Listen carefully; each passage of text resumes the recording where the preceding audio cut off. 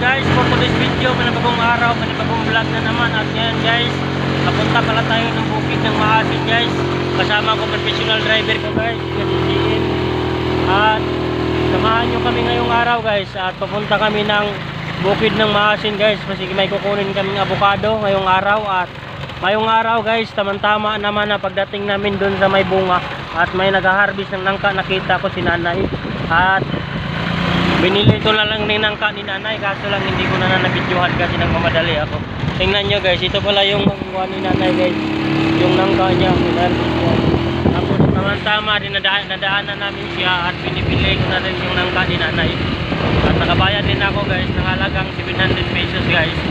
So binili ko na lang kasi ng portuhan kasi wala kami dalang timbangan. Oo, pero good naman yung nangka ni nanay guys, kasi yung nangka niya is a good variety. Yung tawag pala ng nangka nito sa amin guys is one guys. Yo, ito yung nangka na tawag sa amin, lalaki rin. At ito pala yung daanan ng Maasin City guys, yung dito ka dadaan sa may bunga. Yan o, yan yung daanan ng Maasin City.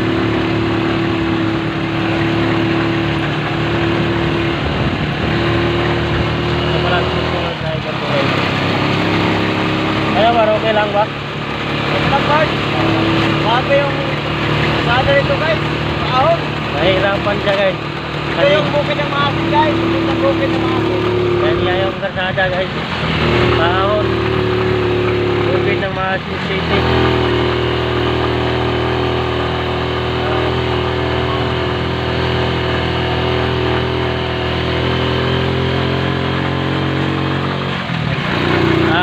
Maganda yung tanawin dito guys.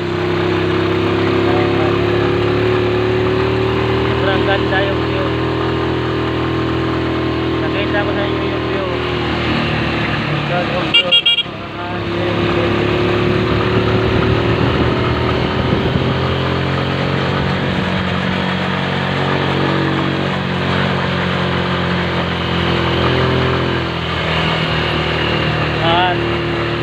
Samahan nyo kami guys sa aming biyahe ngayong araw guys.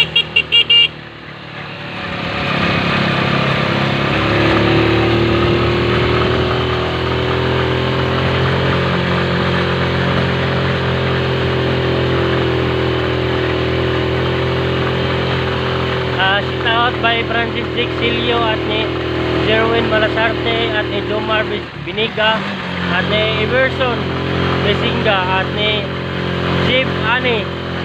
Mga kumpare kong driver, ingat kayo dyan sa biyahe palagi. Self mga tol. Self.